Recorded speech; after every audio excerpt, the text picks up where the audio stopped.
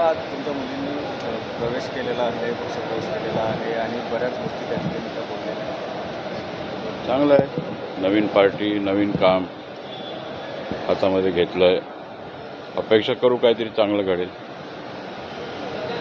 माझ्या कार्यकर्त्यांना हात लावला तर कापून काढेन, ही धमकी त्यांनी कुणाला दिली असावी असं आपल्याला वाटतं? मी ऐकलं नाही ते.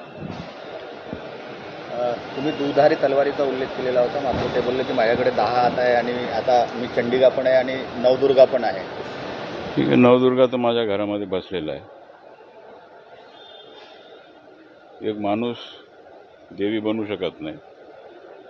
त्या दृष्टिकोनातून ठीक आहे, जे बोलले ते पाहू पुढे. आपल्याला काय वाटतं, ते आपल्या विरोधात उभ्या राहतील?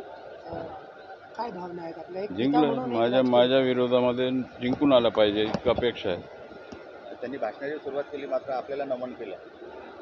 काय म्हणजे ऐकलो नाही, कोणाला नमन केलं, काय केलं हे मला माहीत नाही. परंतु आता ते वेगळ्या पक्षातून उभं आहे, चांगलं आहे. शुभेच्छा त्यांच्या भविष्याकरता. वेगळ्या पक्षात गेल्यानंतर त्यांची जी भाषा आहे ती कुठेतरी अशी धमकीवजा भाषा वाटत होती एकंदर. म्हणजे तुम्ही कसं बघता, वडील म्हणून तुम्ही एवढं असं आहे, त्यांना त्यांच्यावर पूर्ण आशीर्वाद आहे. त्यांच्या मागे काय आहे काय नाही हे मी काय सांगू शकत नाहीत. त्यांच्या भाषा ते सुधारला पाहिजे. नवीन आहेत राजकारणामध्ये, काहीतरी इतकं वर्ष सोबत राहून शिकलं पाहिजे. ठीक आहे, जे आता त्यांनी बोलला आवेशातून बोलला, कोणीतरी चढवलं की काय झाला ते वेगळं गोष्ट आहे. बघू. अगोदर पूर्ण विधानसभा लोकसभा पिंजून लावलं आणि नंतर मग मला गाजर दाखवलं. नाही, लोकसभा त्यांनी फिरलं नाही. लोकसभा मीच फिरलो, विधानसभा मीच फिरलो, सगळं कामं मीच आणलो आणि सगळं काम मीच केलेलं आहे. ते लोक आता निर्णय देतील 2 महिन्यात जे काय होईल. एक जनरल प्रश्न विचारतो सगळ्याच राजकीय नेत्यांच्या संदर्भात, की कुठेतरी असं वाटतं का की महत्त्वाकांक्षामुळे जी नवीन पिढी आहे ती काही गोष्टी विसरत आहे? काय एक जनरल काय वाटतं? नाही, चांगलं आहे. ते नवीन पिढी फार त्यांचं स्फूर्ती असते, काहीतरी करायचं असते.